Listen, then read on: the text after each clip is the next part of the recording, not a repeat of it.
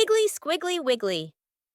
A new day has begun. We've been indoors way too long, and we need to get some sun. I thought we might go to Wiggleville Park. It seems like the right thing to do.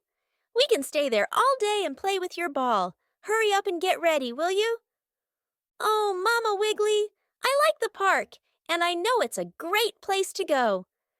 But I'd be more excited, to be honest with you, if we'd get to include Little Po.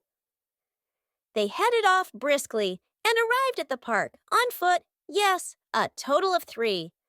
Just 2 blocks to walk, which went really fast, especially with so much to see. Enjoying the park, the flowers so bright, the grass so green and so soft. They kicked off their shoes and looked surprised when Little Po had a big cough. He cleared his throat, not 1 second to spare, at what seemed like an alarming pace. They understood why when he stood back up and then spat out a knotted shoelace. The waffle stand looked good, they thought. The hamper now had no appeal. To leave the cheese and crackers that Mama Wiggly had packed, she said, was not a big deal. 3 waffles devoured after standing in queue, Little Po was engulfed by the size. He nibbled away from one side in a rush. They agreed his approach was real wise. They played with the ball. Mama Wiggly joined in. She ran faster than anyone there.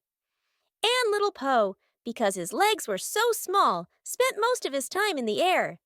There were many touchdowns. Little Po did the most. He had an unfair advantage for sure. When the ball touched his belly, it was already on ground, so naturally he wanted more. Wazzle arrived for a waffle and frappe. His eyes seemed to bulge at the view. His tummy had expanded by the time he'd finished. His warts were well stretched out on cue.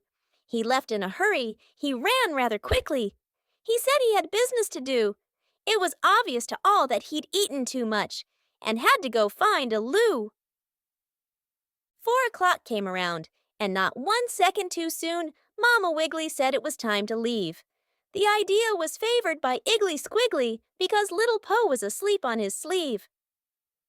Now back at home, all tucked up in bed, feeling happy after such a fun day. 6 eyes closed up tight, no movement in sight, and throughout the night, things stayed that way. Iggly Squiggly and Little Po enjoyed cheese and crackers for breakfast at 7:20 a.m.